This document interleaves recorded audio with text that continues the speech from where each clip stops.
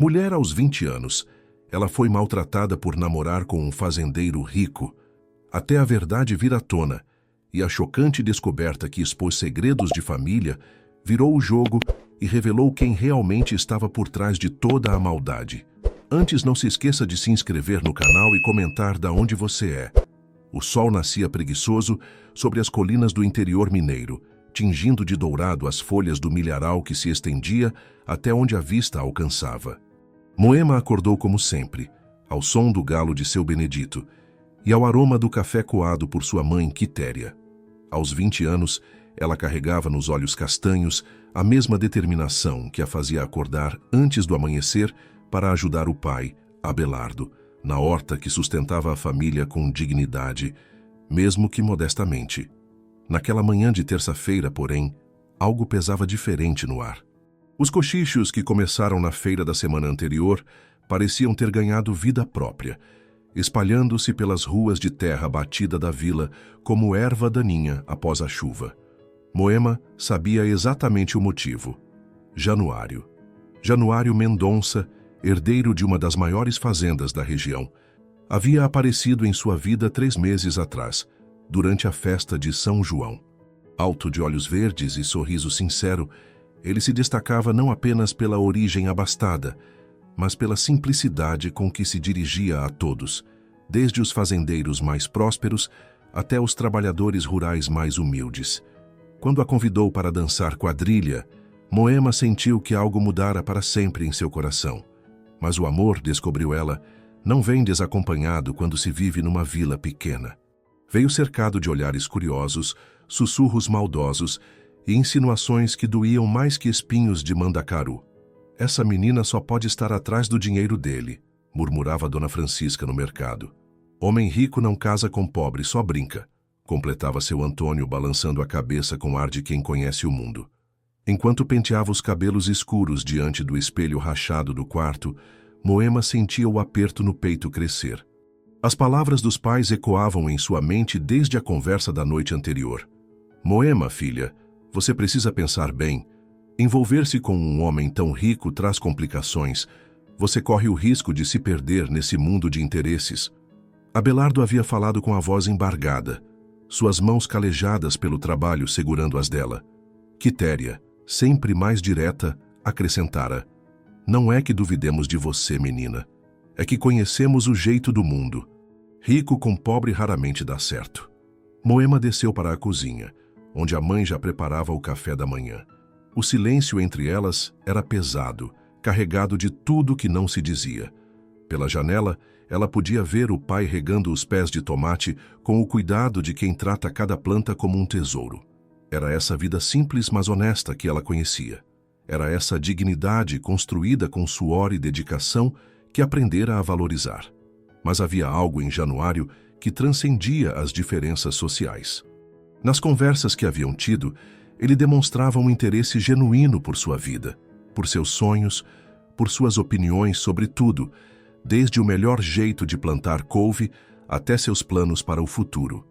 Ele ouvia quando ela falava sobre o desejo de estudar agronomia, sobre a vontade de modernizar as técnicas de cultivo da região.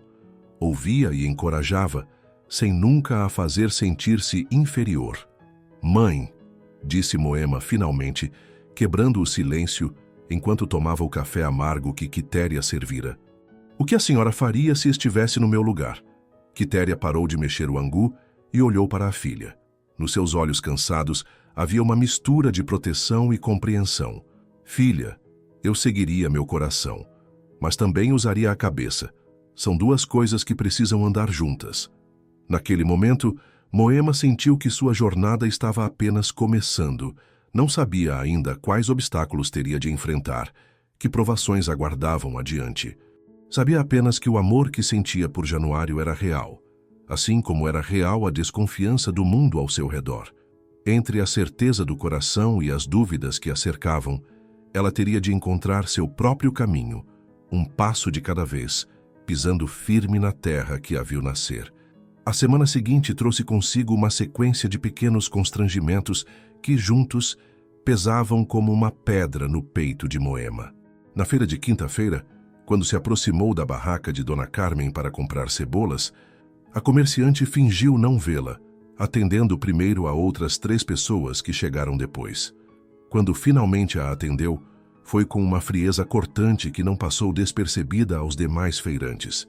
2 quilos de cebola, pediu Moema, mantendo a voz firme apesar do rubor que sentia subir pelas faces. Só tenho essas aqui, respondeu Dona Carmen, apontando para as cebolas menores e menos viçosas. As boas já foram vendidas para quem veio cedo. Moema sabia que era mentira. Havia chegado pouco depois das 7 da manhã, como sempre fazia. Mas engoliu o orgulho e pagou pelo produto inferior, sentindo os olhares curiosos dos outros compradores. Ao sair da barraca, ouviu o sussurro venenoso. Agora que arranjou um rico, acha que pode chegar a qualquer hora. Foi então que uma voz familiar a chamou. Moema, que bom te ver. Era Ângela, sua amiga de infância, que há anos mantinha uma pequena barraca de verduras e legumes na feira. Filha de pequenos agricultores como Moema, Ângela sempre fora sua confidente e porto seguro. Seus olhos negros brilhavam com a mesma vivacidade de quando eram crianças e corriam pelos campos catando espigas de milho. Vem cá, menina, disse Ângela, puxando-a para trás de sua barraca colorida. Pelo seu rosto, vejo que andaram te aborrecendo por aqui. Moema suspirou, sentindo o alívio de ter alguém que a compreendia. Não sei mais o que fazer, Ângela. Parece que toda a vila está de olho em mim, esperando que eu tropece. E você vai tropeçar? Perguntou Ângela, arrumando um maço de coentro no balcão. Porque se for, pode ir se preparando para ser pisoteada. Mas se não for, então levante a cabeça e mostre do que é feita. Ângela sempre fora assim, direta, prática, sem rodeios. Era 2 anos mais velha que Moema e havia passado por sua própria cota de dificuldades quando se casou jovem com um rapaz que a família considerava inadequado. O casamento não dera certo, mas Ângela saíra fortalecida da experiência. Ele é um bom homem, Moema, continuou Ângela baixando a voz.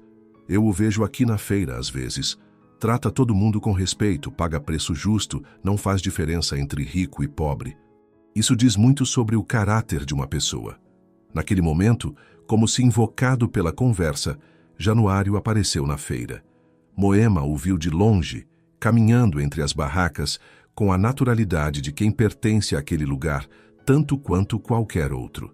Alguns feirantes o cumprimentavam com sorrisos genuínos, outros com a reverência forçada típica de quem se relaciona com pessoas de posses. Quando ele a avistou, seu rosto se iluminou. Aproximou-se com passo firme, ignorando os olhares curiosos que o acompanhavam. Bom dia, Moema, disse ele, tocando levemente o braço dela. Estava procurando você. Bom dia, Januário, respondeu ela, sentindo a mistura de alegria e constrangimento que sua presença sempre provocava. Esta é minha amiga Ângela. Muito prazer, Ângela, disse Januário, estendendo a mão com sinceridade. Moema já me falou muito sobre você. Ângela o cumprimentou com um sorriso aprovador, mas Moema notou que os cochichos ao redor haviam aumentado. Dona Carmen, da barraca vizinha, esticava o pescoço para não perder nenhum detalhe da conversa. Queria convidá-la para almoçar na fazenda amanhã, disse Januário dirigindo-se a Moema. Minha mãe gostaria de conhecê-la. A proposta caiu como uma bomba no ambiente. Moema sentiu o coração acelerar, mas não sabia se era de alegria ou de pânico.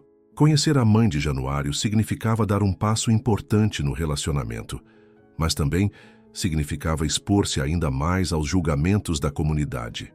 Eu preciso pensar, respondeu ela, consciente de que estava sendo observada por dezenas de olhos curiosos. Claro, disse Januário compreensivo, não há pressa. Quando você se decidir, me avise. Depois que ele se foi, Ângela ficou em silêncio por alguns instantes, organizando suas verduras. Finalmente falou. Moema, você está com medo do que vão dizer ou do que você pode descobrir sobre si mesma? A pergunta ecoou na mente de Moema durante todo o caminho de volta para casa.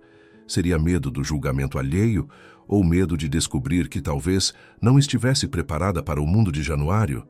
Ou pior, medo de descobrir que talvez os sussurros tivessem um fundo de verdade. Naquela noite, Deitada em sua cama simples, olhando para o teto de madeira carcomida, Moema tomou uma decisão. Não permitiria que o medo, fosse ele de que natureza fosse, decidisse seu destino. No dia seguinte, procuraria Januário e aceitaria o convite. Mesmo que isso significasse enfrentar novos desafios, novos julgamentos, novas pedras no caminho. Afinal, como dizia Ângela, era melhor tropeçar tentando caminhar do que ficar parada vendo a vida passar.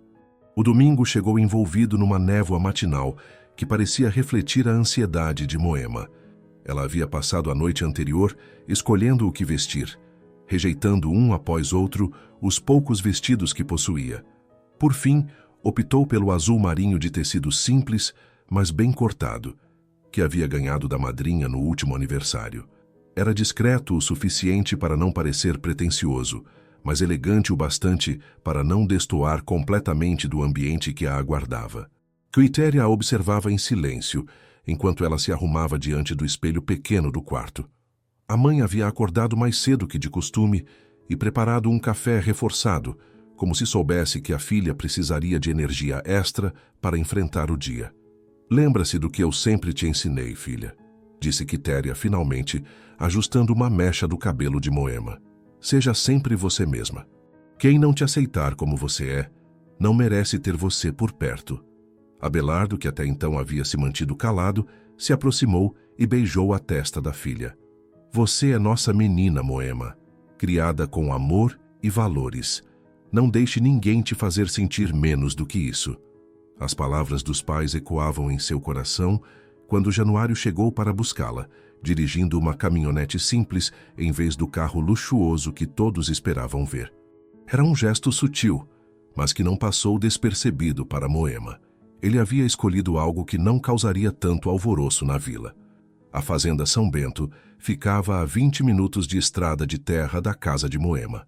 Durante o trajeto, Januário falou sobre sua família, preparando-a para o encontro. "Minha mãe pode parecer um pouco séria no primeiro momento", explicou ele, "mas é só o jeito dela. No fundo, tem um coração enorme." Quando a propriedade surgiu diante de seus olhos, Moema teve que fazer um esforço para não demonstrar surpresa. A casa principal, construída no estilo colonial, era imponente sem ser ostensiva. Jardins bem cuidados cercavam a construção, e ao longe se podia ver os currais e as pastagens que se estendiam até o horizonte. Dona Isabel Mendonça a recebeu na varanda da casa. Era uma mulher elegante, de cabelos grisalhos presos em coque e postura impecável. Seu olhar avaliou Moema de alto a baixo em poucos segundos, mas seu sorriso, embora contido, parecia genuíno. "Seja bem-vinda, Moema", disse ela estendendo a mão. "Januário falou muito sobre você." O almoço foi servido na sala de jantar principal, numa mesa grande de madeira maciça que comportaria facilmente 12 pessoas. Moema se sentiu pequena naquele ambiente, mas se esforçou para manter a compostura. A conversa inicial foi cordial, mas carregada de tensão não declarada. "Então você ajuda seu pai na horta", comentou Dona Isabel, cortando delicadamente um pedaço de carne. "Deve ser um trabalho puxado." "É um trabalho honesto", respondeu Moema, erguendo o queixo, "e que nos orgulha muito. Produzimos alguns dos melhores tomates e pimentões da região." "Claro, claro", disse a mulher, com um sorriso que não chegava aos olhos. "E você tem planos para o futuro? Pretende continuar na agricultura?" Era uma pergunta carregada de insinuações. Moema percebeu que estava sendo testada, avaliada quanto às suas intenções em relação a Januário. "Tenho o sonho de estudar agronomia", respondeu com firmeza. "Acredito que podemos unir tradição e inovação para melhorar nossa produção e ajudar outros pequenos agricultores da região." Pela primeira vez, o interesse de Dona Isabel pareceu genuíno. "Agronomia é uma área importante. E cara também. Sei que será difícil", admitiu Moema. "Mas estou disposta a trabalhar para conseguir." Januário, que havia permanecido relativamente calado, intercedeu. "Moema tem ideias muito interessantes, mãe. Estava me contando sobre técnicas de irrigação que poderiam ajudar os pequenos produtores." O resto do almoço transcorreu com mais naturalidade. Dona Isabel fez perguntas sobre a família de Moema, sobre a vida na vila, sobre suas opiniões a respeito de diversos assuntos. Moema respondeu com honestidade, sem tentar fingir ser quem não era. Quando estava na hora de partir, Dona Isabel a acompanhou até a varanda. Moema, disse ela, com uma seriedade nova na voz, meu filho é um homem bom, mas também é herdeiro de uma grande responsabilidade. Espero que você compreenda o peso que isso representa. Compreendo, Dona Isabel, respondeu Moema. Espero que a senhora compreenda que eu não estou aqui por causa dessa responsabilidade, mas apesar dela. A resposta pareceu surpreender a mulher mais velha, que a observou com atenção renovada. Interessante, murmurou. Muito interessante. No caminho de volta, Januário estava visivelmente aliviado. Você se saiu muito bem, disse ele. Minha mãe gostou de você, eu pude perceber. Como pode ter certeza? Perguntou Moema, ainda processando toda a experiência. Porque ela não costuma conversar tanto com pessoas que não aprova, riu Januário. E porque ela me disse, quando fomos buscar a sobremesa, que você tem caráter. Vindo dela, isso é um grande elogio.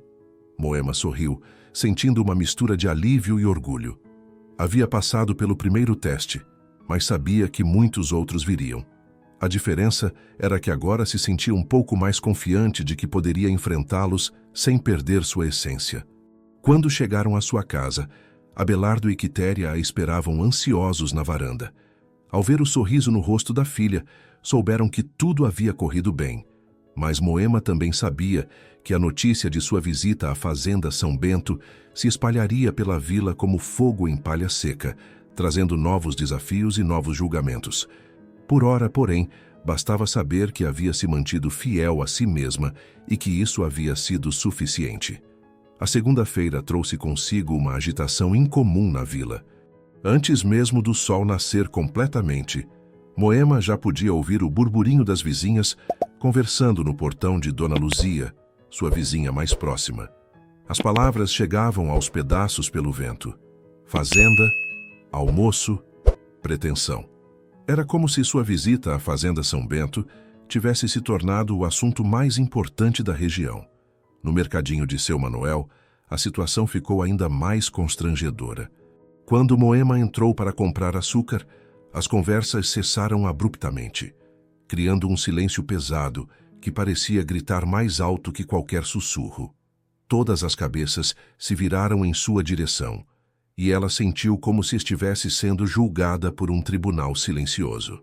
Bom dia, cumprimentou ela, mantendo a voz firme apesar do desconforto. Bom dia, menina, respondeu Seu Manuel com um sorriso forçado. O que vai ser hoje? Enquanto ele pesava o açúcar, Moema ouviu Dona Rosa, uma das fofoqueiras mais conhecidas da vila, comentar em voz baixa, mas claramente audível. Dizem que até a mesa foi posta com a louça boa da família. Coitada da mãe do menino, tendo que fingir que aprova. A humilhação queimou no peito de Moema como brasa viva.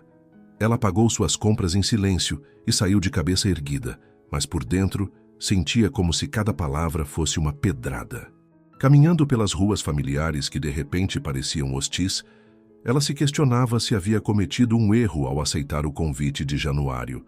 Foi então que encontrou Ângela vindo da direção oposta, carregando uma cesta de verduras para repor sua barraca. Ao ver a expressão abatida da amiga, Ângela imediatamente compreendeu o que estava acontecendo. Vem comigo, disse ela, puxando Moema pelo braço. Precisamos conversar. Elas se dirigiram para trás da igreja, onde havia um pequeno bosque que costumava ser seu refúgio na infância. Sentadas numa pedra lisa que conheciam desde meninas, Ângela esperou que Moema desabafasse. Parece que a vila inteira virou contra mim, disse Moema, finalmente deixando a tristeza transparecer. Como se eu tivesse cometido algum crime por ter almoçado na casa dele. E por que você se importa tanto com o que essa gente pensa? Perguntou Ângela, arrancando uma folha de grama. A maioria dessas pessoas que estão falando mal de você nunca saiu daqui, nunca tentou fazer nada diferente na vida. Tem inveja de quem tem coragem de sonhar. Mas e se elas estiverem certas? Desabafou Moema. E se eu realmente estou me iludindo? E se eu não passo de uma menina tola que se apaixonou por um mundo que não é seu? Ângela segurou as mãos da amiga com firmeza. Moema, você me conhece desde que éramos crianças. Alguma vez eu te vi fazer alguma coisa por interesse? Alguma vez você foi falsa ou mentirosa? Não, mas não tem mais, interrompeu Ângela. Você é a pessoa mais íntegra que eu conheço. Se você gosta dele, é porque viu algo de bom nele. E se ele gosta de você, é porque reconhece a mulher especial que você é. Naquele momento, como se o destino quisesse testar ainda mais a determinação de Moema, apareceu João Pedro, um rapaz da vila que havia manifestado interesse por ela alguns meses antes de Januário surgir. Ele se aproximou com o ar de quem tinha algo importante a dizer. Moema, posso falar com você? Perguntou ele, lançando um olhar pouco amistoso para Ângela. Pode falar, respondeu Moema, permanecendo sentada. É sobre esse seu relacionamento, disse João Pedro, escolhendo as palavras com cuidado. Todo mundo está comentando, e não são coisas boas. Será que você não está se colocando numa situação constrangedora? A presunção dele em dar conselhos não solicitados irritou Moema. E por que minha vida pessoal deveria ser assunto da vila inteira? Porque você é daqui, é uma de nós, respondeu ele, como se isso explicasse tudo. E nós nos preocupamos com você. Esse rapaz vai brincar com seus sentimentos e depois vai embora. Homem rico não casa com mulher pobre, isso todo mundo sabe. Todo mundo sabe, repetiu Moema, sentindo a raiva crescer. Engraçado como todo mundo sempre sabe o que é melhor para a vida dos outros, mas não consegue cuidar da própria. João Pedro ficou vermelho. Estou só tentando te abrir os olhos, Moema. Você merece alguém que te valorize de verdade, não alguém que está só passando o tempo. E você acha que esse alguém é você? Perguntou ela, levantando-se da pedra. Porque se for isso, João Pedro, posso te dizer que eu prefiro me decepcionar tentando ser feliz do que me contentar com alguém que eu não amo, só para agradar a opinião alheia. Ele ficou sem resposta, e Ângela não conseguiu disfarçar um sorriso de aprovação. Depois que João Pedro se afastou resmungando, Ângela aplaudiu discretamente. Essa é a Moema que eu conheço, disse ela. A que não baixa a cabeça para ninguém quando sabe que está certa. Caminhando de volta para casa, Moema sentia-se um pouco mais fortalecida. As palavras de Ângela e sua própria reação diante de João Pedro haviam reacendido sua confiança. Ela não permitiria que a ignorância e o preconceito de outras pessoas determinassem seus sentimentos ou suas escolhas. Naquela tarde, quando Januário apareceu em sua casa para visitá-la, Moema o recebeu com mais carinho do que nunca. Sentados na varanda simples, tomando limonada preparada por Quitéria, ela contou sobre os comentários da vila. Isso me incomoda, admitiu Januário. Não por mim, mas por você. Não quero que sofra por minha causa. Não estou sofrendo por sua causa, corrigiu Moema. Estou sofrendo por causa da mesquinhez de pessoas que preferem criticar a vida alheia a viver a própria. Ele sorriu, admirando sua força.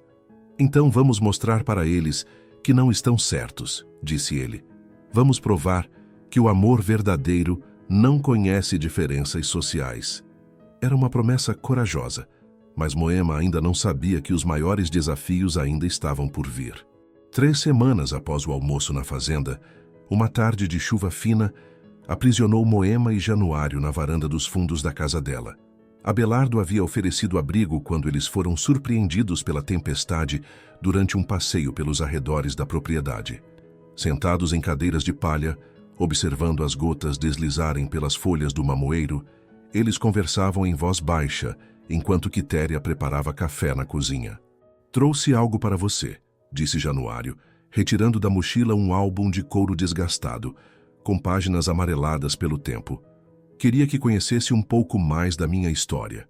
Moema recebeu o álbum com curiosidade.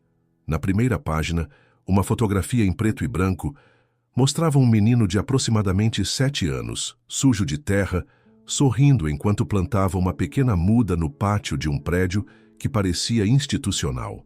Esse é você? Perguntou ela, tocando delicadamente a foto. No orfanato São Vicente, confirmou Januário, com um sorriso nostálgico. Meu pai me levava lá desde pequeno. Dizia que era importante eu entender que nem todas as crianças tinham a sorte que eu tive. Moema virou as páginas devagar, descobrindo uma história que jamais imaginara.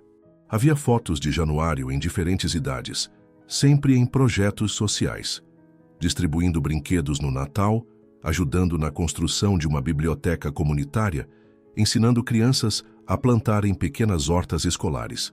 Meu pai acreditava que quem recebe muito da vida tem o dever de retribuir, explicou Januário, observando as expressões de surpresa no rosto de Moema. Mas confesso que no início eu fazia isso mais por obrigação que por vontade própria. E quando isso mudou? Perguntou ela, parando numa foto onde um Januário adolescente aparecia cercado por crianças risonhas. Quando conheci seu Benedito, respondeu ele, apontando para uma carta dobrada entre as páginas. Ele era o mentor dos projetos sociais da nossa família. Um homem simples, que havia sido professor numa escola rural por 40 anos antes de se aposentar. Moema desdobrou a carta cuidadosamente. A letra miúda e caprichada dizia: Meu caro Januário, lembre-se sempre, a verdadeira riqueza não está no que acumulamos, mas no que plantamos no coração dos outros. Cada gesto de bondade é uma semente que germinará em jardins que talvez nunca vejamos, mas que florescerão por gerações.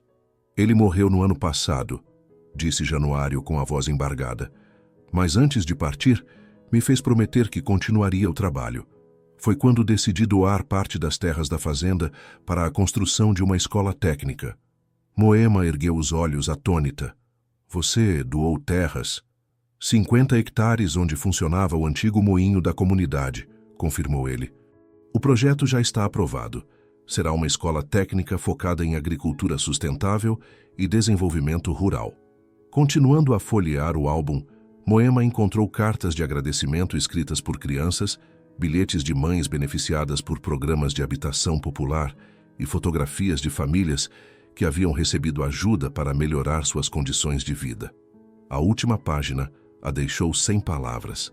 Era o contrato oficial de doação das terras, assinado há apenas 2 meses. Por que está me mostrando isso? Perguntou ela, fechando o álbum com cuidado. Januário se aproximou segurando suas mãos. Porque quero que você entenda quem eu realmente sou. Não o herdeiro rico que a vila vê, mas o homem que aprendi a ser através dos ensinamentos de pessoas como seu Benedito e como seus pais. Meus pais? Questionou Moema, surpresa. Sim, observando a dignidade com que vivem, a honestidade com que tratam a terra, o amor com que criaram você. Eles me ensinaram sem saber que riqueza verdadeira não tem nada a ver com dinheiro no banco. Naquele momento, Ângela apareceu correndo sob a chuva com uma expressão preocupada no rosto. Quitéria a fez entrar rapidamente, oferecendo uma toalha para se secar. Moema, preciso falar com você, disse Ângela ofegante. É importante. Eles se reuniram na sala, onde Ângela contou o que havia descoberto na feira da manhã. Dona Carmen anda espalhando histórias sobre vocês dois, disse ela, dirigindo-se ao casal. Mas hoje ela exagerou. Disse que Januário só está interessado em você para brincar e que logo vai se cansar e voltar para alguém do nível social dele. Moema sentiu a raiva ferver, mas Januário permaneceu calmo. E você acredita nela? Perguntou ele a Ângela. É claro que não, respondeu Ângela prontamente. Mas descobri uma coisa interessante. Perguntei para seu Joaquim, que tem barraca ao lado da dela, e ele me contou que Dona Carmen está com problemas financeiros.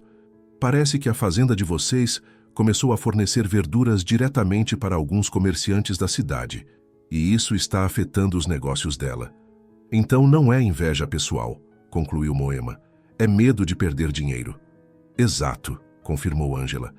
Ela está usando vocês como bode expiatório para justificar suas próprias dificuldades. Januário ficou pensativo. Isso explica muita coisa. Talvez devêssemos conversar com ela, esclarecer a situação. Não, disse Moema com firmeza. Se fizermos isso, vamos dar a entender que nos sentimos culpados por algo. E não somos culpados de nada. A chuva continuava caindo lá fora, mas dentro da sala simples da família de Moema, algo havia mudado. O álbum de Januário havia revelado um homem muito diferente daquele que a vila imaginava, e a descoberta sobre Dona Carmen havia mostrado que nem toda hostilidade era baseada em preconceito moral. Quando a chuva finalmente parou e Januário se preparou para partir, Moema o acompanhou até o portão. "Obrigada por confiar em mim", disse ela, referindo-se ao álbum. "Obrigado por me aceitar como sou", respondeu ele, beijando sua testa. Observando-o se afastar pela estrada enlameada, Moema sentiu que conhecia um novo Januário. E mais importante, sentia que estava conhecendo uma nova versão de si mesma, uma mulher capaz de ver além das aparências e de lutar pelo que acreditava, mesmo quando o mundo inteiro parecia estar contra ela. A tranquilidade que havia se estabelecido após as revelações do álbum durou apenas uma semana. Na manhã de sábado, enquanto Moema ajudava Abelardo a colher os últimos tomates da temporada, uma caminhonete desconhecida parou em frente ao portão da fazenda São Bento. Do veículo, desceu um homem alto, de bigode grisalho e roupas caras, carregando uma maleta de couro e um ar de superioridade que podia ser sentido à distância. Era Arthur Mendonça, tio de Januário e irmão mais novo do falecido pai dele. Havia passado os últimos 15 anos em São Paulo, construindo uma carreira na área financeira e alimentando ressentimentos que cresciam como erva daninha em terreno abandonado. A notícia de sua chegada se espalhou pela vila com a velocidade do vento. Seu Manuel, do mercadinho, foi o primeiro a comentar. "Dizem que ele veio resolver uns negócios da herança. Parece que nem todo mundo na família concorda com as doações que o menino anda fazendo." Na casa de Moema, a preocupação era palpável. Ângela havia trazido as informações que conseguira coletar na feira. Pelo que soube, esse tal Arthur não aprova nada do que Januário tem feito. Acha que o sobrinho está desperdiçando o patrimônio da família. "E o que isso tem a ver conosco?" perguntou Quitéria, embora já suspeitasse da resposta. "Tem a ver que ele culpa Moema pela influência sobre Januário", explicou Ângela com uma expressão sombria. "Parece que na cabeça dele foi depois de conhecer nossa menina que Januário começou a dar dinheiro para os pobres." Moema sentia o estômago se contorcer. Depois de tudo que havia descoberto sobre Januário, depois de conhecer sua verdadeira natureza através do álbum, agora chegava alguém para destruir tudo com acusações infundadas. Não demorou muito para que Arthur fizesse sua primeira aparição pública na vila. Na tarde de domingo, ele apareceu no mercadinho de seu Manuel, comprando alguns itens e, principalmente, fazendo perguntas. Perguntas sobre Moema, sobre sua família, sobre quando exatamente ela e Januário haviam começado a se relacionar. Interessante como certas mudanças acontecem depois que certas pessoas entram na vida de alguém, comentou ele com seu Manuel, sem se importar com quem mais estava ouvindo. Dona Rosa, sempre pronta para uma fofoca, imediatamente se aproximou. "O senhor está se referindo a Moema?" "Não menciono nomes", respondeu Arthur com um sorriso falso. "Apenas observo que meu sobrinho nunca havia demonstrado tanto entusiasmo, por caridade antes. 50 hectares de terra boa, doados assim, de uma hora para outra. É de dar o que pensar." As palavras foram como fogo em palha seca. Em poucas horas, uma nova versão da história circulava pela vila. Moema havia manipulado Januário para que ele doasse terras, beneficiando sua família e amigos. Era uma acusação cruel e completamente falsa, mas que encontrava terreno fértil entre aqueles que já nutriam desconfiança sobre o relacionamento. Na segunda-feira, a tensão atingiu seu ápice quando Arthur visitou a família de Moema. Chegou sem avisar, acompanhado por um advogado da cidade, e pediu para conversar civilizadamente com Abelardo e Quitéria. Moema estava na horta quando os viu chegando. Correu para casa, mas seus pais já haviam convidado os homens para entrar. A reunião aconteceu na sala simples, com Arthur ocupando a poltrona principal como se fosse o dono do lugar. "Venho em paz", começou ele, com um sorriso que não enganava ninguém. "Apenas gostaria de esclarecer algumas situações que têm preocupado nossa família." "Que situações?" perguntou Abelardo, mantendo a postura ereta, apesar da intimidação óbvia. "Bem, o relacionamento de meu sobrinho com sua filha coincidiu com algumas decisões questionáveis", disse Arthur, escolhendo as palavras cuidadosamente. "A doação das terras, por exemplo. 50 hectares que valem uma fortuna, simplesmente dados para um projeto que, convenhamos, beneficiará principalmente pessoas desta região. E qual é o problema nisso? Questionou Quitéria com a voz firme. O problema, minha cara senhora, é que Januário é jovem e impressionável. E quando um rapaz de coração mole se apaixona, pode tomar decisões que não são prudentes. Moema não conseguiu mais se conter. O senhor está insinuando que eu influenciei Januário a doar as terras? Arthur se virou para ela com um olhar calculista. Não insinuo nada, minha jovem. Apenas aponto coincidências. E sugiro que talvez seja melhor para todos se essa aproximação fosse repensada. Repensada como? Perguntou Abelardo, sentindo a ameaça por trás das palavras polidas. Januário é herdeiro de um patrimônio construído por gerações, explicou Arthur. Tem responsabilidades que vão muito além de seus sentimentos pessoais. E tem família que não pode ficar calada vendo esse patrimônio ser dilapidado por impulsos românticos. O advogado, que até então havia permanecido calado, abriu sua pasta e retirou alguns documentos. Estamos preparando uma contestação judicial da doação das terras, disse ele friamente, alegando influência indevida e capacidade mental comprometida por paixão. O silêncio que se seguiu foi ensurdecedor. Moema sentia como se o chão estivesse desaparecendo sob seus pés. Não apenas seu relacionamento estava sendo atacado, mas Januário estava sendo retratado como um homem incapaz de tomar suas próprias decisões. Vocês não têm o direito de fazer isso, disse ela, encontrando sua voz. Temos o direito e o dever, respondeu Arthur, levantando-se. Como família, é nossa obrigação proteger Januário de decisões que pode vir a lamentar. Depois que eles partiram, a família ficou em silêncio na sala. O peso das ameaças pairava no ar como fumaça tóxica. Moema sabia que estava enfrentando algo muito maior que fofocas da vila ou desaprovação social. Estava enfrentando o poder de uma família rica, determinada a separar o que considerava uma união inadequada. Naquela noite, deitada em sua cama, Moema se perguntava se tinha forças para lutar contra inimigos tão poderosos, mas quando lembrou do álbum de Januário, das crianças sorridentes nas fotografias, das palavras sábias de seu Benedito, encontrou uma determinação que não sabia possuir.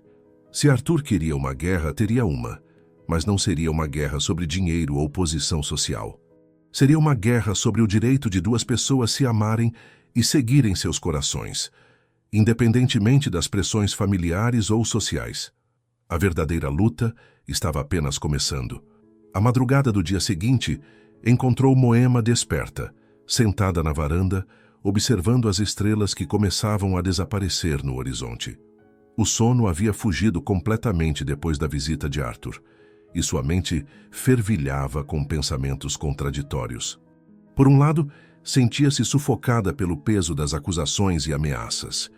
Por outro, uma raiva crescente alimentava algo novo dentro dela, uma determinação que jamais havia experimentado. Quando o primeiro raio de sol tocou o milharal, Abelardo apareceu na varanda carregando 2 xícaras de café fumegante. Pai e filha ficaram em silêncio por longos minutos, observando o despertar da natureza ao redor. Era ele quem sempre dizia que as melhores decisões vinham nos momentos de maior quietude. Papai, disse Moema finalmente, o senhor se arrepende de alguma coisa na vida? Abelardo tomou um gole do café amargo, pensativo. Me arrependo de algumas coisas que fiz, filha, mas principalmente me arrependo das que deixei de fazer por medo. Ele a olhou diretamente nos olhos. Você está pensando em desistir? Estou pensando em lutar, respondeu ela, surpreendendo-se com a própria firmeza. Mas não do jeito que eles esperam. Naquela manhã, pela primeira vez em semanas, Moema saiu de casa com um propósito claro. Dirigiu-se primeiro à igreja, onde encontrou o padre Miguel preparando a missa das 6.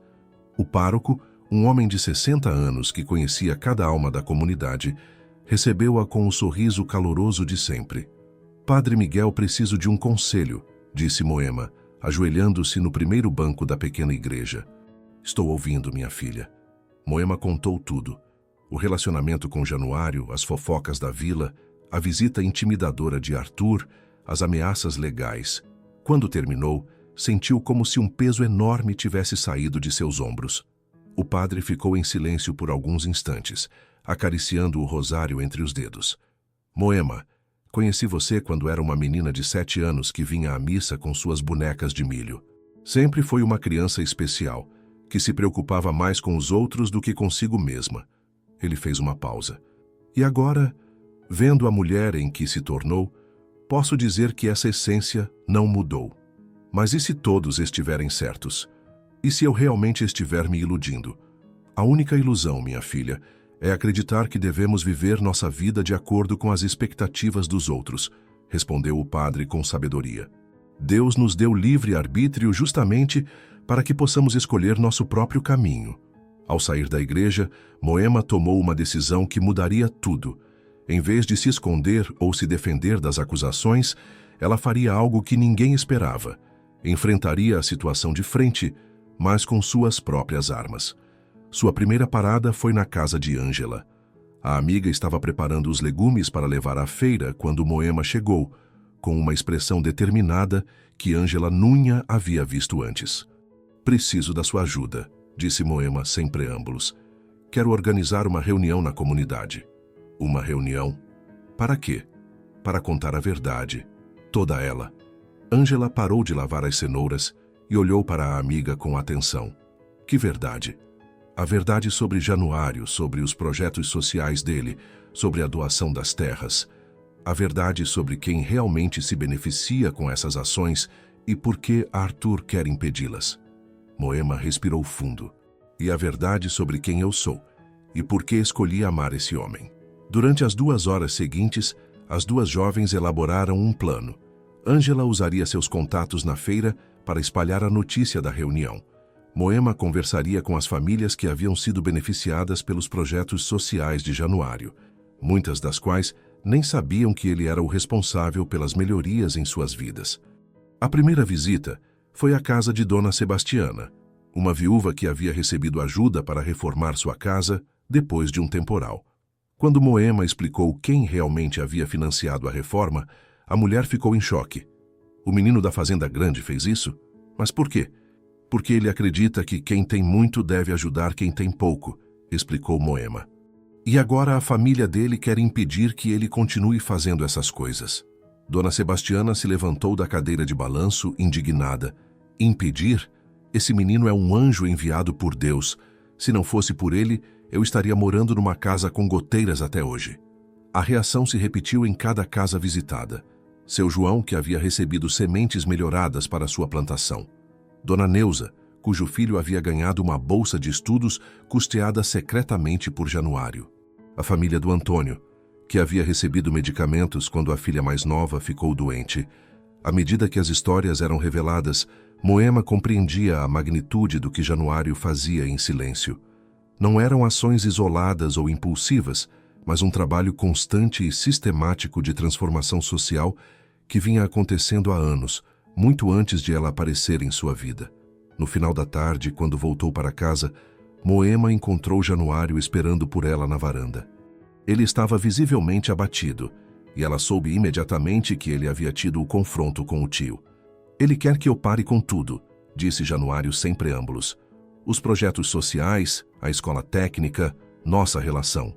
Disse que, se eu não fizer isso voluntariamente, ele vai usar todos os recursos legais possíveis para me impedir. E o que você disse a ele? Januário sorriu pela primeira vez naquele dia.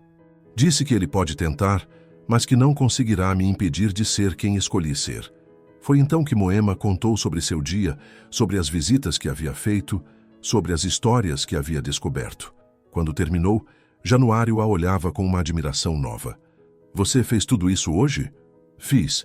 E também organizei uma reunião para amanhã à noite na praça da igreja. Vamos contar para toda a comunidade a verdade sobre seus projetos, sobre as tentativas de seu tio para impedi-los e sobre o que realmente está em jogo aqui. Januário segurou suas mãos. Moema, você tem certeza? Isso pode trazer consequências que não conseguimos prever. Tenho certeza, respondeu ela, olhando profundamente em seus olhos, porque descobri hoje que não estou lutando apenas pelo nosso amor. Estou lutando pelo direito de uma comunidade inteira continuar recebendo ajuda, pelo futuro da escola técnica, pelas crianças que serão beneficiadas pelos projetos. Estou lutando por algo muito maior que nós dois. Naquele momento, sob a luz dourada do entardecer, algo fundamental havia mudado em Moema. Ela não era mais a jovem insegura que se questionava sobre seus sentimentos e seu lugar no mundo. Era uma mulher que havia encontrado sua causa, sua força, sua verdadeira identidade. A reunião de amanhã seria apenas o começo. A praça da igreja nunca havia visto uma movimentação como aquela. Desde o início da tarde, pessoas começaram a chegar carregando cadeiras, bancos e até mesmo caixotes para servir de assento. A notícia da reunião havia se espalhado como rastilho de pólvora, despertando uma curiosidade que misturava expectativa, apreensão e, em alguns casos, franca hostilidade. Moema chegou 1 hora antes do horário marcado, acompanhada por Ângela e seus pais. Abelardo carregava uma caixa com documentos que Januário havia fornecido, comprovantes das doações, fotografias dos projetos realizados, cartas de agradecimento. Quitéria trazia uma garrafa térmica com café, como se fosse um evento social qualquer, mas sua expressão tensa revelava a ansiedade que todos sentiam. "Tem certeza de que quer fazer isso, filha?" perguntou Abelardo pela 3ª vez naquele dia. "Tenho, pai. É a única maneira de acabar com as mentiras."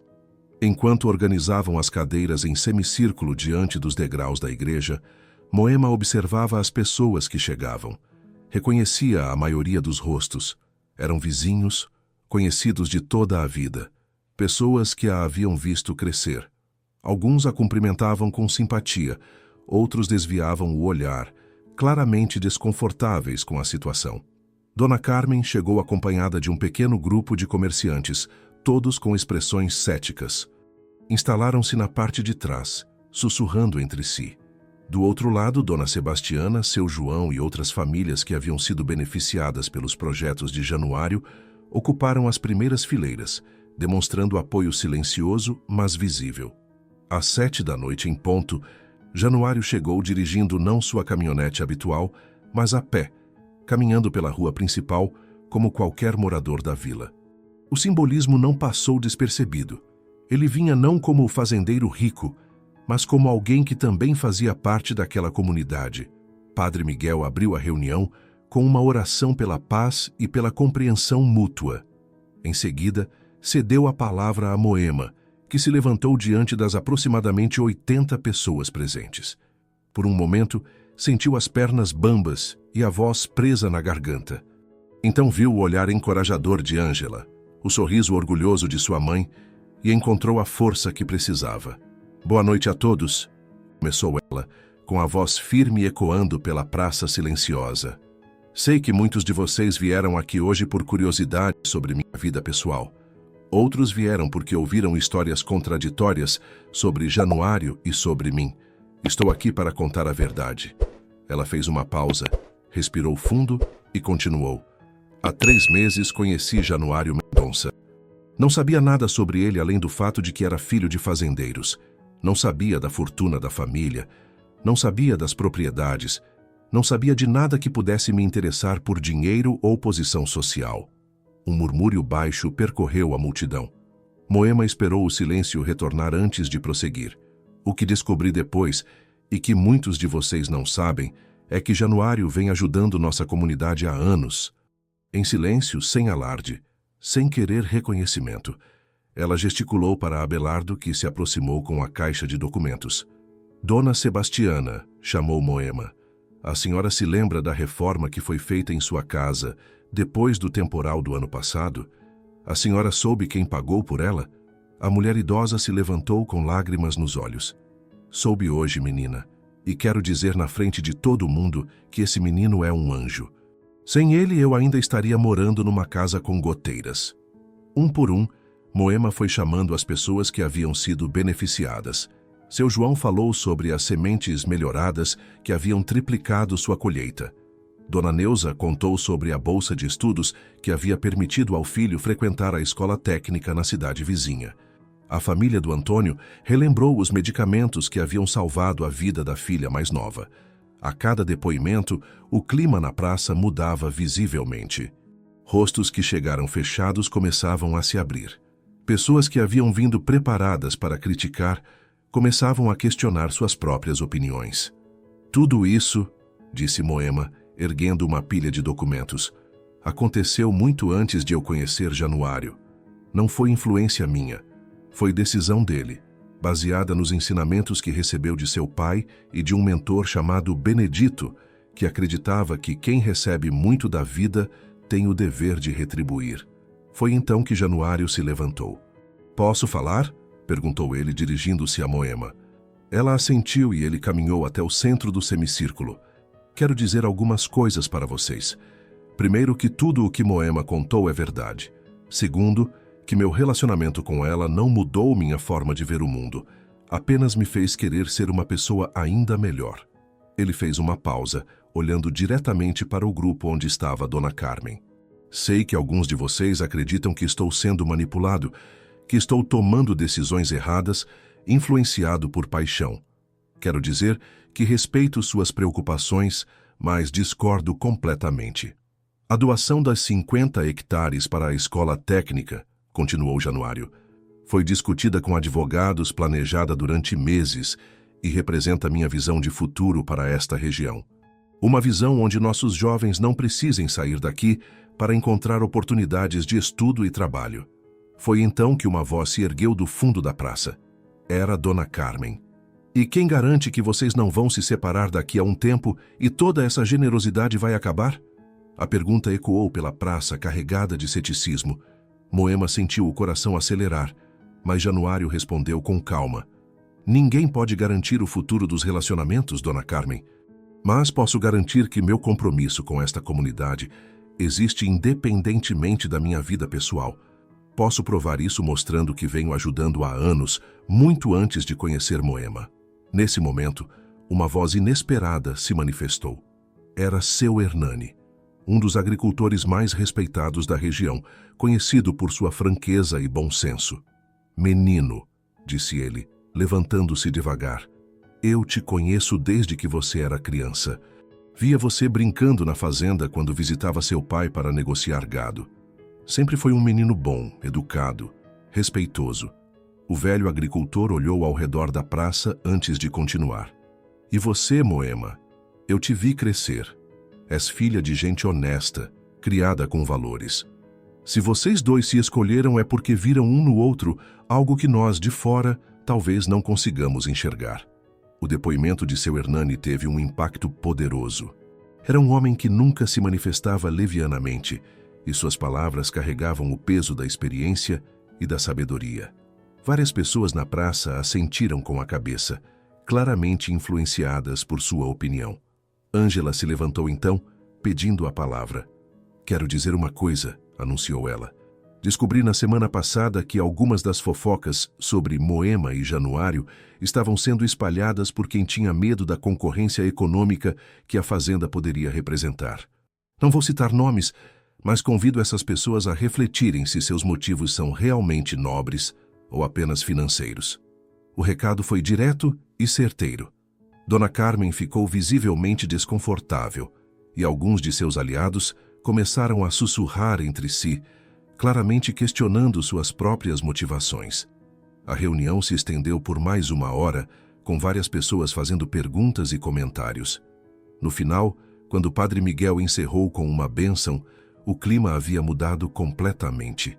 Pessoas que chegaram hostis se aproximaram de Moema e Januário para cumprimentá-los. Outras, que sempre haviam sido simpáticas, expressaram apoio mais aberto. Não foi uma vitória completa. Alguns céticos permaneceram céticos, mas foi um passo fundamental. A verdade havia sido apresentada, os preconceitos haviam sido questionados, e a comunidade havia tido a oportunidade de conhecer uma versão diferente da história.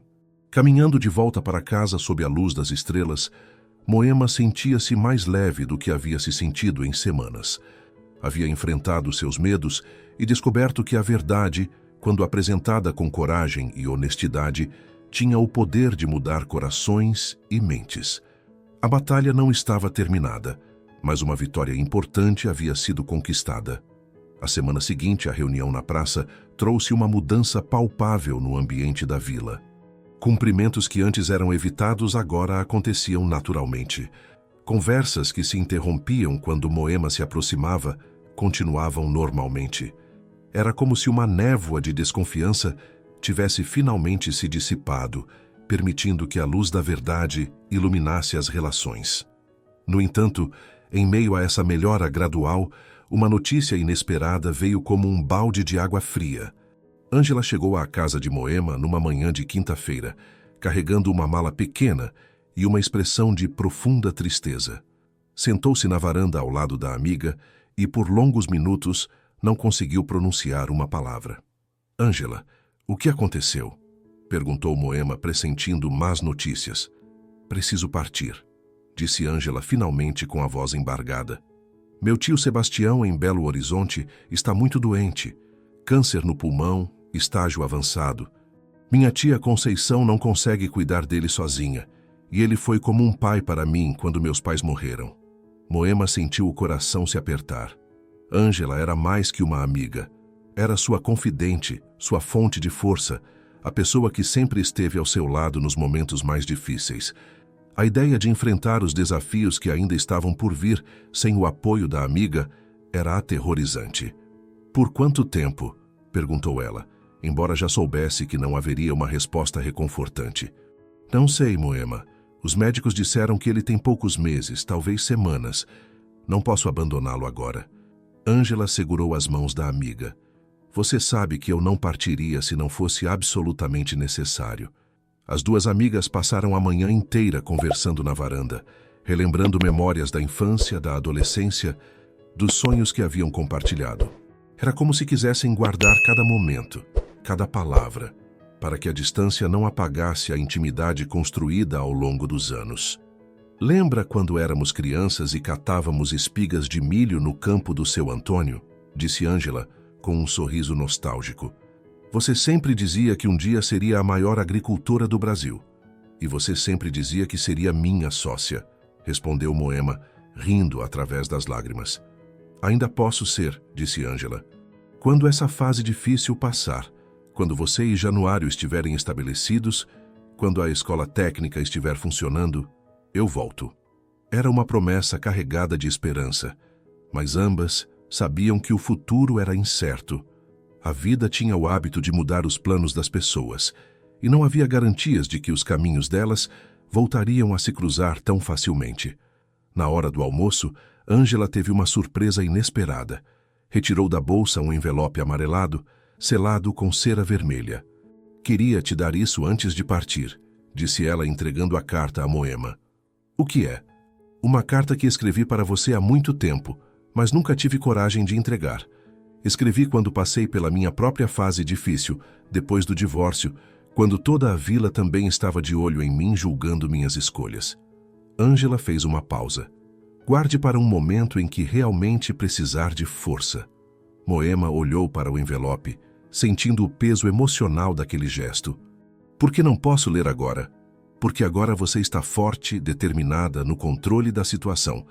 Mas sei que haverá momentos de fraqueza, momentos em que duvidará de si mesma. Quando isso acontecer, leia a carta." À tarde, toda a família acompanhou Ângela até a parada de ônibus. Várias pessoas da vila apareceram para se despedir, demonstrando o carinho que nutriam pela jovem feirante. Januário também veio, trazendo uma cesta com frutas e doces caseiros preparados por Dona Isabel para a viagem. "Cuide bem da nossa Moema", disse Ângela a Januário no momento da despedida. "Ela é mais forte do que imagina, mas todos precisamos de apoio às vezes." "Pode deixar", respondeu ele com sinceridade. "E você cuide bem do seu tio. Se precisar de alguma coisa, qualquer coisa, é só mandar notícia." Quando o ônibus partiu, levantando uma nuvem de poeira na estrada de terra, Moema sentiu como se uma parte de si mesma estivesse indo embora. Ficou observando o veículo desaparecer no horizonte até que se tornou apenas um pontinho, e depois nada. Nos dias que se seguiram, a ausência de Ângela se fez sentir profundamente. Era ela quem trazia as novidades da feira, quem sabia de todos os mexericos da vila, quem oferecia conselhos práticos e apoio emocional nos momentos difíceis. Sem ela, Moema se sentia como um pássaro que havia perdido uma das asas. Foi nessa época que Arthur Mendonça intensificou suas investidas. Com a comunidade aparentemente mais favorável a Januário depois da reunião na praça, ele mudou de estratégia. Em vez de atacar publicamente o relacionamento, começou a exercer pressão através de canais legais e familiares. Primeiro, chegaram os papéis do advogado questionando a doação das terras, documentos técnicos, cheios de jargão jurídico, alegando que Januário não tinha competência legal para fazer a doação sem consultar outros membros da família. Era uma estratégia calculada para criar obstáculos burocráticos que poderiam atrasar ou mesmo impedir a construção da escola técnica.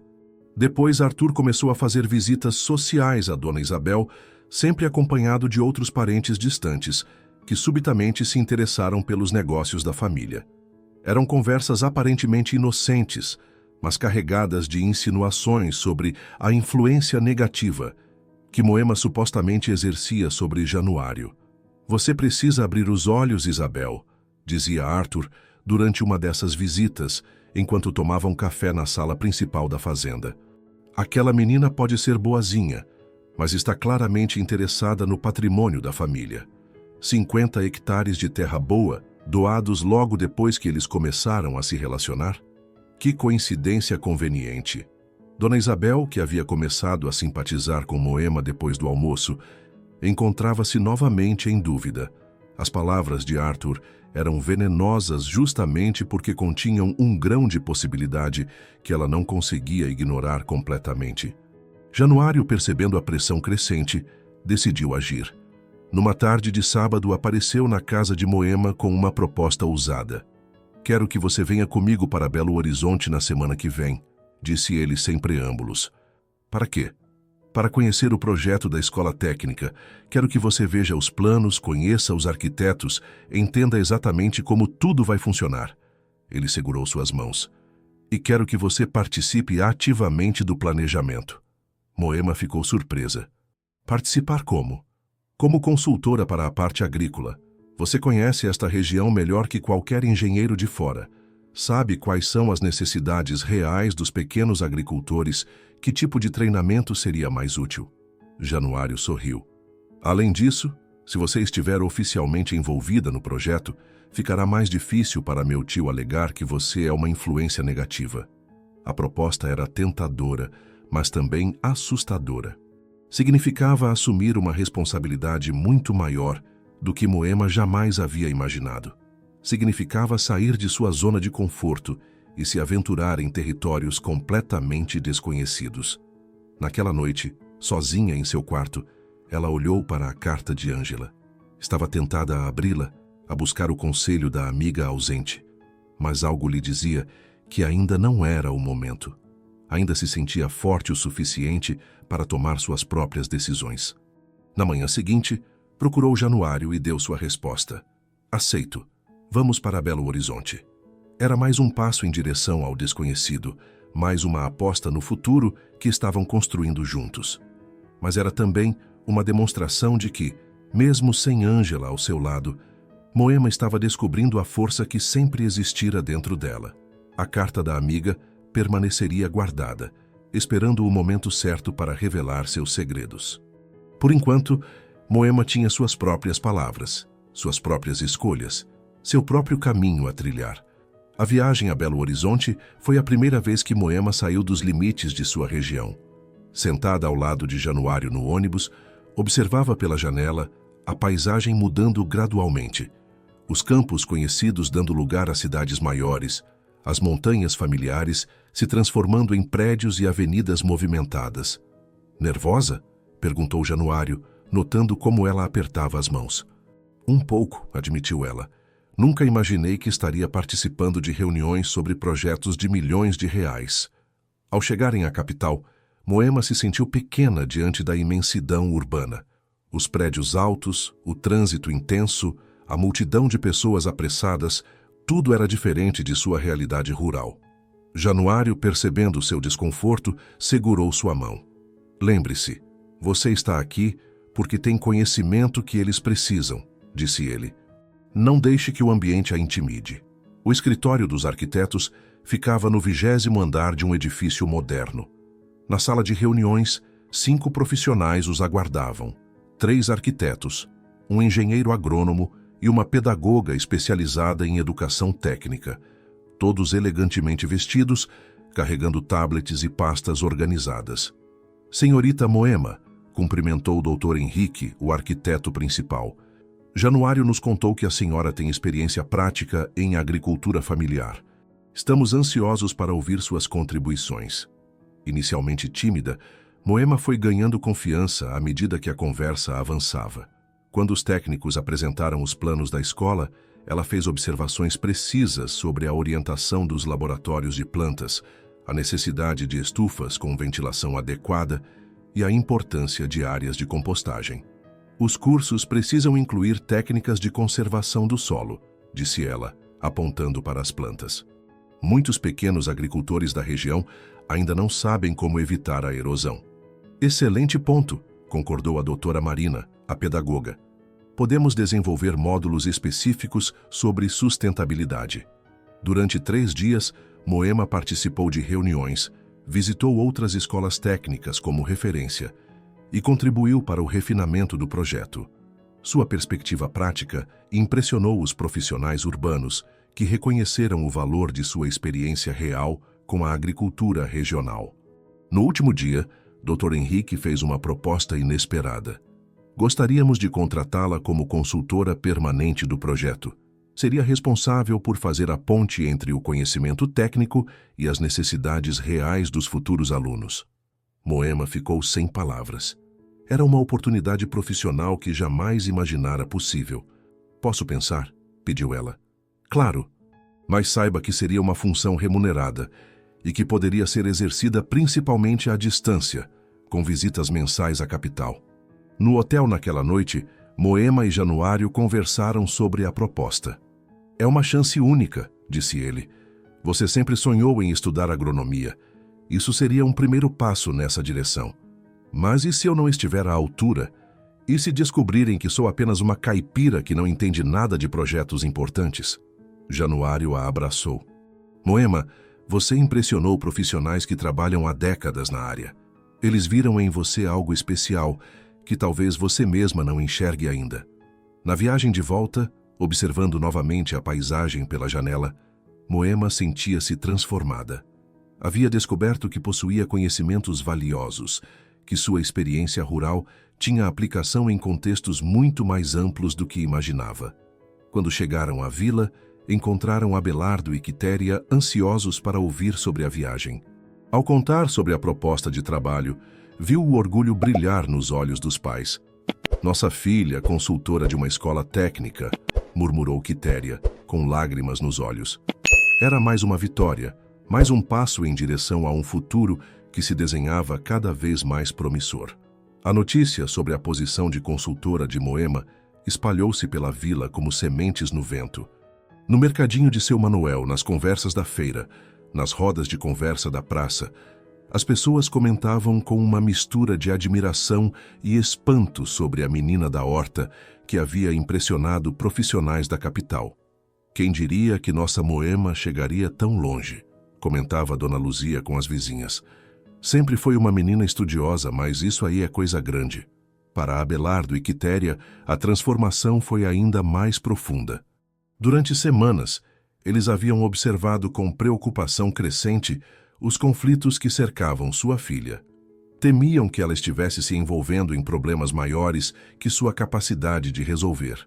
Agora, vendo-a reconhecida por sua competência, começaram a perceber que talvez fossem eles quem precisavam expandir sua visão de mundo. Na quinta-feira seguinte ao retorno da viagem, Januário apareceu na propriedade com uma proposta inesperada para Abelardo. Encontrou o homem trabalhando na horta, como sempre, mas dessa vez se aproximou com um respeito novo, quase reverencial. Seu Abelardo, posso conversar com o senhor? Claro, menino. Do que se trata? Januário respirou fundo. Estive pensando no projeto da escola técnica e gostaria de propor uma parceria. Que tal transformarmos parte de sua propriedade numa área de demonstração prática para os futuros alunos? Abelardo parou de regar os tomates e olhou para o jovem com curiosidade. Como assim? O senhor tem uma das hortas mais produtivas da região. Seus métodos de cultivo, a rotação de culturas que pratica, o sistema de irrigação que desenvolveu, tudo isso é conhecimento valioso que poderia ser ensinado na escola. Januário gesticulou para os canteiros bem organizados. Poderíamos estabelecer um convênio, onde os estudantes viriam aqui para aulas práticas, e o senhor seria remunerado como instrutor. A proposta deixou Abelardo sem palavras. Durante toda a vida, ele se considerara apenas um simples agricultor. A ideia de que seu conhecimento pudesse ser valorizado a ponto de servir para ensinar outros era revolucionária. Eu? Instrutor de escola técnica? Perguntou ele incrédulo. Por que não? O senhor tem mais experiência prática que muitos engenheiros agrônomos que conheço. Naquela noite, a família se reuniu na cozinha para discutir a proposta. Quitéria, inicialmente cética, foi gradualmente se entusiasmando com a possibilidade. Imagine só, Abelardo, você ensinando jovens sobre agricultura. Seu pai ficaria orgulhoso. Mas eu não tenho estudo formal, hesitou Abelardo. Como vou ensinar gente que tem diploma? Foi Moema quem respondeu. Pai, em Belo Horizonte aprendi que existem 2 tipos de conhecimento, o teórico e o prático. O senhor tem 40 anos de prática. Isso vale mais que qualquer diploma. A conversa se estendeu pela madrugada.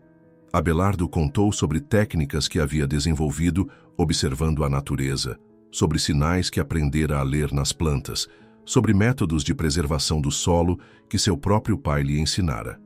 À medida que falava, percebia que realmente possuía um tesouro de conhecimentos.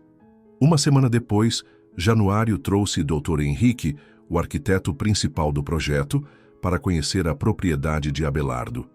O profissional urbano ficou genuinamente impressionado com a organização e produtividade da pequena horta. Senhor Abelardo, nunca vi uma rotação de culturas tão bem planejada em propriedade tão pequena, elogiou o Dr. Henrique. Como desenvolveu esse sistema? Observando, doutor. Observando o que a terra me dizia, prestando atenção no que funcionava e no que não funcionava. Durante a visita, ficou acertado que a propriedade de Abelardo seria incorporada ao projeto como uma fazenda-escola. Os estudantes viriam 2 vezes por semana para aulas práticas e ele receberia um salário como instrutor colaborador. Para Quitéria, a mudança também trouxe oportunidades.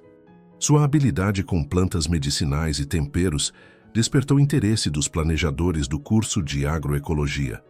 Logo, ela também estava sendo convidada a participar como instrutora de um módulo sobre medicina natural e agricultura sustentável. Nunca pensei que os chás que faço desde menina pudessem interessar a uma escola técnica, comentou ela com Moema enquanto organizava seus cadernos de receitas caseiras. A transformação do casal era visível. Abelardo, que sempre se curvava ligeiramente quando conversava com pessoas de fora, agora caminhava ereto, consciente do valor de seu conhecimento. Quitéria, antes tímida com estranhos, começou a receber visitantes com naturalidade, explicando suas técnicas com confiança crescente. O impacto na comunidade foi imediato. Outros pequenos agricultores começaram a procurar Abelardo e Quitéria para trocar experiências, interessados em participar do projeto. A perspectiva de que conhecimentos locais fossem valorizados e remunerados criou um ambiente de otimismo e orgulho regional.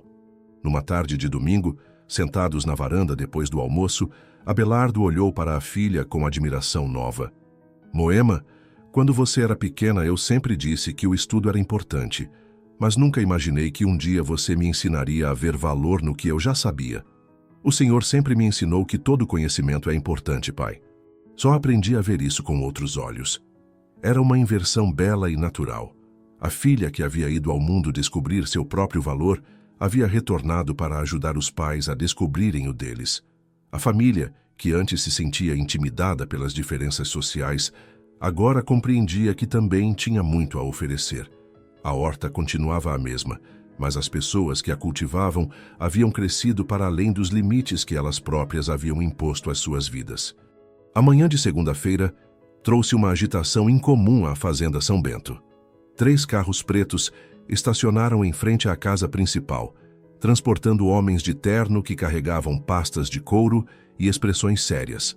À frente do grupo estava Lúcio Tavares, um dos maiores investidores do agronegócio brasileiro, acompanhado por Arthur Mendonça e uma equipe de advogados. Januário recebeu o grupo na sala principal, tentando disfarçar a tensão que sentia. Dona Isabel, convocada para a reunião, observava tudo com apreensão crescente. A atmosfera estava carregada de formalidade e ameaças não declaradas. Januário, começou Lúcio Tavares abrindo uma pasta volumosa. Venho com uma proposta que pode revolucionar esta fazenda e transformá-la numa das maiores operações agrícolas do estado. A proposta era realmente impressionante. Um investimento de 15 milhões de reais para a modernização completa da infraestrutura, aquisição de equipamentos de última geração e expansão da área produtiva. Os números apresentados eram de tirar o fôlego. A receita anual da fazenda poderia triplicar em 5 anos. É uma oportunidade única, enfatizou o investidor. Poucas propriedades do Brasil recebem ofertas desta magnitude. Januário estudou os documentos cuidadosamente, mas logo percebeu as armadilhas escondidas nas entrelinhas. E quais são as condições? Foi então que Arthur interveio com um sorriso calculista. São condições muito razoáveis. Você mantém a propriedade da terra, mas cede a administração operacional para a empresa do Sr. Tavares por 15 anos. E os projetos sociais? Perguntou Januário diretamente. Lúcio Tavares consultou seus papéis. Infelizmente, projetos filantrópicos não são compatíveis com operações de alta produtividade. A escola técnica teria que ser relocada e o orfanato, bem, seria descontinuado. Em 6 meses, acrescentou Arthur, como se fosse um detalhe menor. Januário sentiu o sangue gelar. Era exatamente o que suspeitava. Uma tentativa elegante de destruir tudo o que havia construído em nome do lucro máximo. E se eu recusar? Seria uma decisão lamentável, respondeu Lúcio Tavares, trocando olhares significativos com Arthur. Especialmente considerando que sua família já manifestou preocupações sobre suas decisões recentes. A ameaça era clara: ou aceitava a proposta, ou enfrentaria uma batalha legal e familiar que poderia resultar na perda do controle sobre suas próprias decisões. Dona Isabel, que havia permanecido calada, finalmente se manifestou. Preciso entender melhor. Vocês estão dizendo que meu filho não pode mais administrar suas próprias terras? Estamos dizendo que ele precisa de orientação mais experiente, respondeu Arthur diplomaticamente, principalmente depois das decisões questionáveis dos últimos meses. Naquele momento, Januário compreendeu a extensão da conspiração. Não era apenas sobre dinheiro, era sobre controle, sobre impedir que ele seguisse um caminho diferente daquele que a família tradicional considerava adequado. Preciso de tempo para pensar, disse ele finalmente. Claro, concordou Lúcio Tavares fechando a pasta. Mas não muito tempo. A oferta expira em 2 semanas. Depois disso, minhas empresas direcionarão os investimentos para outras propriedades. Após a partida do grupo, mãe e filho ficaram em silêncio na sala. Dona Isabel estava visivelmente abalada. Januário, talvez eles tenham razão. 15 milhões de reais. É muito dinheiro. É dinheiro sujo, mãe. Vem com o preço de abandonar tudo em que acredito. Mas e se você estiver errado? E se realmente estiver tomando decisões precipitadas? Pela primeira vez desde que tudo começara, Januário viu dúvida genuína nos olhos da mãe. A pressão constante de Arthur estava finalmente surtindo efeito. Naquela tarde, ele procurou Moema em sua casa. Encontrou-a trabalhando na horta com o pai, organizando as mudas para o próximo plantio. A normalidade da cena contrastava brutalmente com o caos que sentia por dentro. Precisamos conversar, disse ele. Sentados na varanda, Januário contou sobre a reunião, sobre a proposta, sobre o ultimato. Moema o escutou em silêncio, processando cada palavra. 15 milhões de reais, repetiu ela, como se tentasse compreender a magnitude do valor. É muito dinheiro, admitiu Januário. Suficiente para transformar não apenas a fazenda, mas toda a região. Mas não do jeito que queríamos. Exato, seria progresso econômico sem progresso social. Riqueza sem propósito. Moema ficou pensativa por longos minutos. Finalmente, levantou-se e caminhou até a beirada da varanda, observando o milharal que se estendia ao longe. "Sabe o que meu pai sempre me ensinou?" perguntou ela. "Que a terra não pertence a nós. Nós é que pertencemos à terra. E nossa obrigação é deixá-la melhor para quem vem depois. E você acha que estou certo em recusar?" Moema se virou para ele. "Acho que você precisa decidir que tipo de homem quer ser. O que aceita 15 milhões para comprar sua consciência, ou o que luta pelo que acredita mesmo quando é difícil." Naquela noite, sozinho em seu quarto, Januário tomou uma decisão que mudaria tudo. Não apenas recusaria a proposta, faria algo muito mais radical. Se Arthur queria uma guerra pelo controle da fazenda, teria uma. Mas seria uma guerra em que a comunidade inteira teria voz. Era hora de mostrar que algumas coisas simplesmente não estão à venda. 2 dias antes do prazo do ultimato, cartazes escritos à mão apareceram por toda a vila. Assembleia Comunitária, domingo, 14 horas, Praça da Igreja. O futuro da nossa escola e do orfanato será decidido. Sua presença é fundamental. Januário havia tomado a decisão mais corajosa de sua vida. Em vez de aceitar ou recusar a proposta sozinho, submeteria a escolha à comunidade. Afinal, eram eles os verdadeiros beneficiários dos projetos sociais e deveriam ter voz na decisão. A notícia se espalhou como fogo em capim seco. Pela primeira vez em décadas, toda a vila se mobilizou para uma questão comum. Famílias inteiras compareceram, desde seu Hernani, o agricultor respeitado, até Dona Carmen, que chegou acompanhada de outros comerciantes locais. Moema estava nervosa. Durante os últimos dias, havia ajudado Januário a preparar uma apresentação clara sobre as 2 opções: aceitar os 15 milhões e perder os projetos sociais, ou recusar o dinheiro e assumir coletivamente a responsabilidade pela escola e orfanato. "E se eles escolherem o dinheiro?" perguntou ela na manhã da assembleia. "Então respeitaremos a decisão", respondeu Januário. "Pelo menos terão escolhido conscientemente." A praça estava lotada. Mais de 200 pessoas se apertavam no espaço disponível, criando uma atmosfera de expectativa e tensão. Padre Miguel abriu a reunião com uma oração pela sabedoria coletiva. Januário subiu ao improviso palanque, algumas tábuas apoiadas em cavaletes, e começou sua apresentação. Explicou a proposta do investidor com honestidade brutal, mostrando tanto os benefícios econômicos quanto o preço a ser pago. 15 milhões de reais, disse ele, deixando o número ecoar pela praça. É dinheiro suficiente para transformar nossa região numa potência agrícola.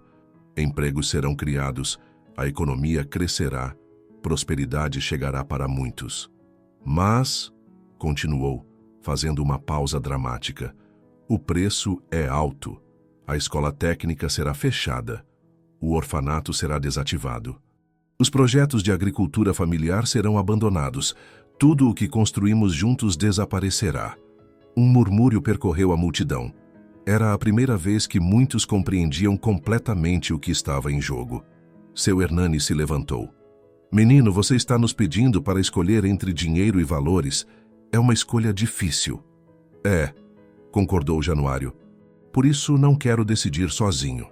Então, uma por uma, as pessoas que haviam sido beneficiadas pelos projetos começaram a se manifestar.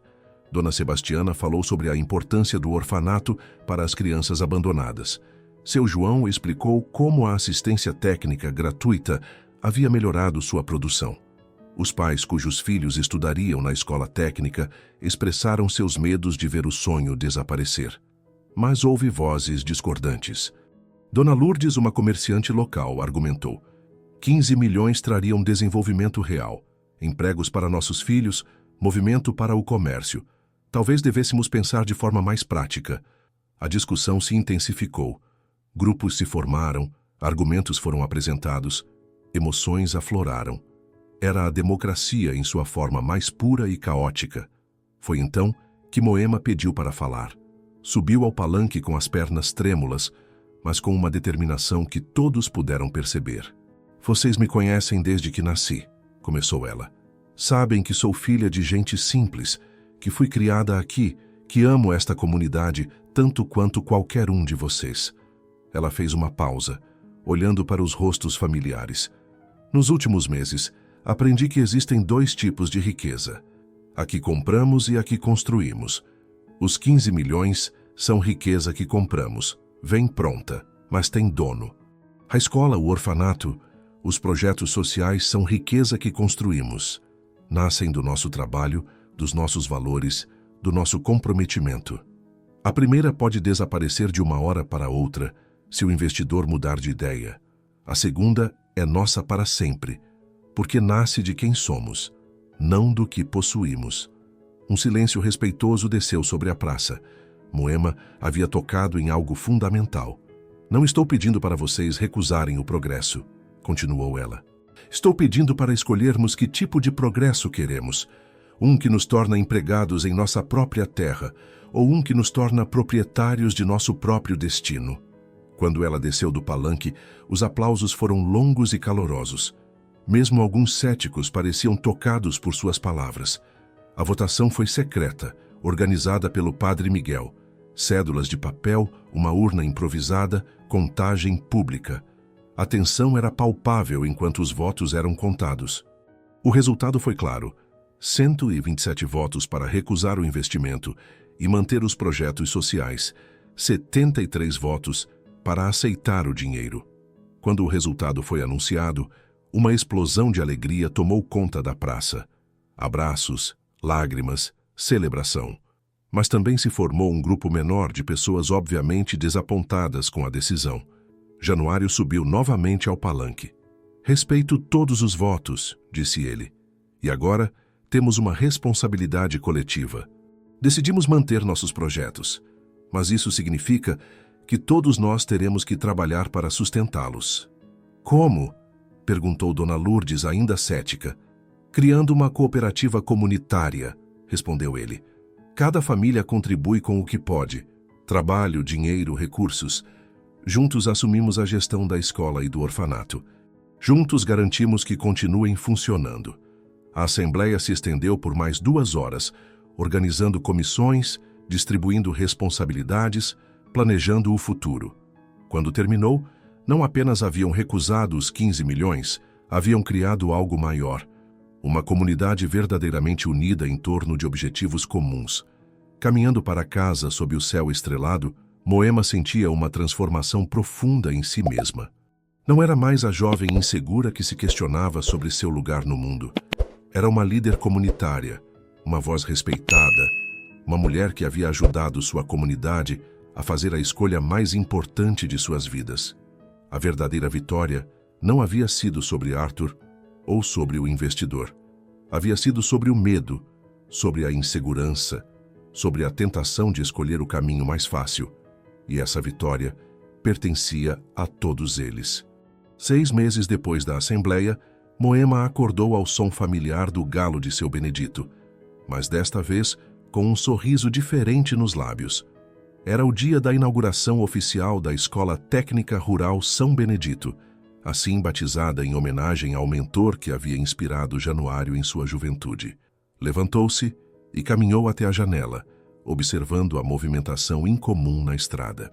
Ônibus chegavam de cidades vizinhas, trazendo autoridades, educadores e famílias curiosas para conhecer o projeto que havia se tornado modelo regional de educação comunitária. Na cozinha, encontrou Quitéria preparando quitutes para a festa, cantarolando uma música antiga enquanto sovava a massa do pão de queijo.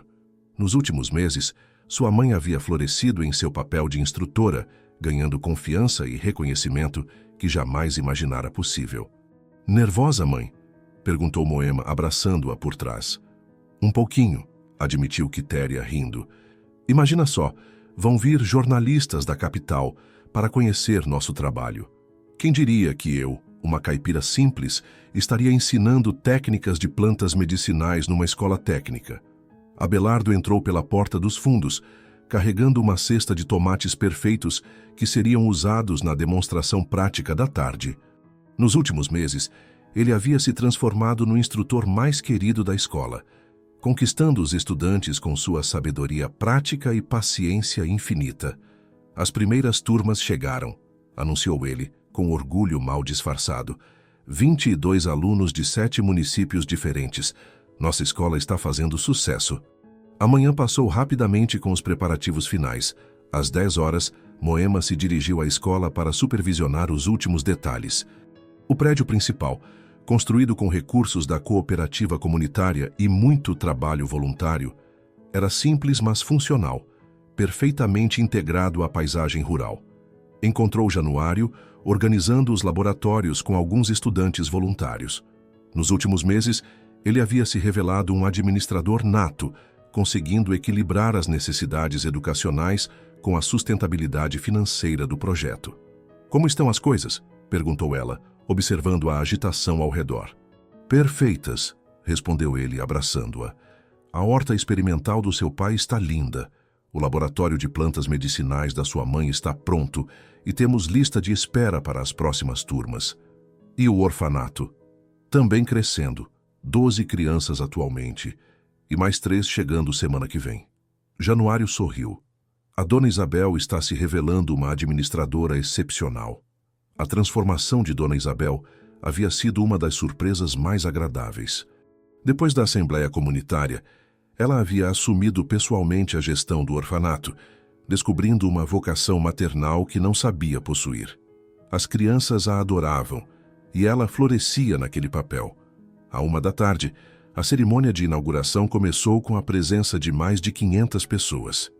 O prefeito da cidade vizinha fez um discurso sobre desenvolvimento regional. O secretário estadual de Educação elogiou o modelo inovador de ensino técnico rural e representantes de outras comunidades vieram conhecer o projeto para replicá-lo em suas regiões. Mas o momento mais emocionante foi quando o Padre Miguel chamou ao palco os verdadeiros protagonistas da história, a cooperativa comunitária que havia tornado tudo possível. Um por um, os membros da cooperativa subiram ao pequeno palco montado no pátio da escola. Dona Sebastiana, representando as famílias beneficiadas pelo orfanato. Seu João, falando pelos pequenos agricultores. Abelardo e Quitéria, como instrutores fundadores. E, finalmente, Moema e Januário, como coordenadores gerais do projeto.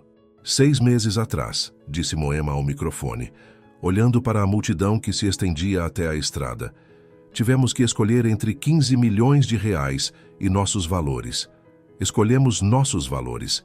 Hoje, posso dizer que fizemos a escolha certa. Construímos algo que não pode ser comprado, continuou ela. Uma escola que pertence à comunidade, um orfanato sustentado pelo amor coletivo, um futuro que criamos com nossas próprias mãos. Os aplausos foram longos e calorosos. Na plateia, Moema viu rostos conhecidos, amigos de toda a vida, vizinhos que haviam se tornado parceiros na construção de um sonho comum. Mais tarde, quando a festa já diminuíra e apenas a família e os amigos mais próximos permaneciam, Moema se afastou um pouco do grupo e caminhou até a pequena horta onde tudo havia começado. Sentou-se na mesma pedra onde costumava conversar com Ângela, sentindo uma pontada de saudade da amiga distante. Foi então que ouviu passos atrás de si. Virou-se e seu coração quase parou. Era Ângela, sorrindo como nos velhos tempos, carregando uma pequena mala e os olhos brilhando de alegria. "Surpresa!" gritou ela, correndo para abraçar a amiga. "Ângela! Como? Quando?" gaguejou Moema entre lágrimas de felicidade. "Meu tio melhorou muito. Os médicos disseram que pode viver anos ainda, desde que tome os remédios direitinho. E quando soube da inauguração, não resisti. Tinha que estar aqui." As duas amigas se abraçaram longamente, matando a saudade de meses de separação. Então, Ângela entregou a Moema um envelope familiar. "Lembra da carta que te dei antes de partir?" Moema tocou o bolso da blusa, onde sempre carregava o envelope lacrado. "Ainda não abri, nunca senti que era o momento certo." "Hoje é o momento", disse Ângela sorrindo. "Pode abrir." Com dedos trêmulos, Moema rompeu o lacre e desdobrou a carta. A letra conhecida de Ângela dizia: "Minha querida amiga, quando você ler esta carta, significa que passou por uma grande prova e saiu vitoriosa. Escrevo hoje, mas imagino você no futuro. Forte, confiante, realizada. Sempre soube que você era especial, mas talvez você não soubesse. Esta carta é apenas para confirmar. Você conseguiu. Você é exatamente quem sempre sonhou ser. Com amor e admiração, sua eterna amiga, Angela. Moema sorriu através das lágrimas. A carta havia chegado no momento perfeito, não quando ela precisava de força, mas quando podia celebrar ter encontrado essa força dentro de si mesma. Sentadas na pedra onde tantas conversas importantes haviam acontecido, as duas amigas observaram o sol se pôr sobre a escola técnica, sobre a horta próspera, sobre a comunidade que havia escolhido construir seu próprio destino. E agora? Perguntou Angela. Quais são os próximos sonhos?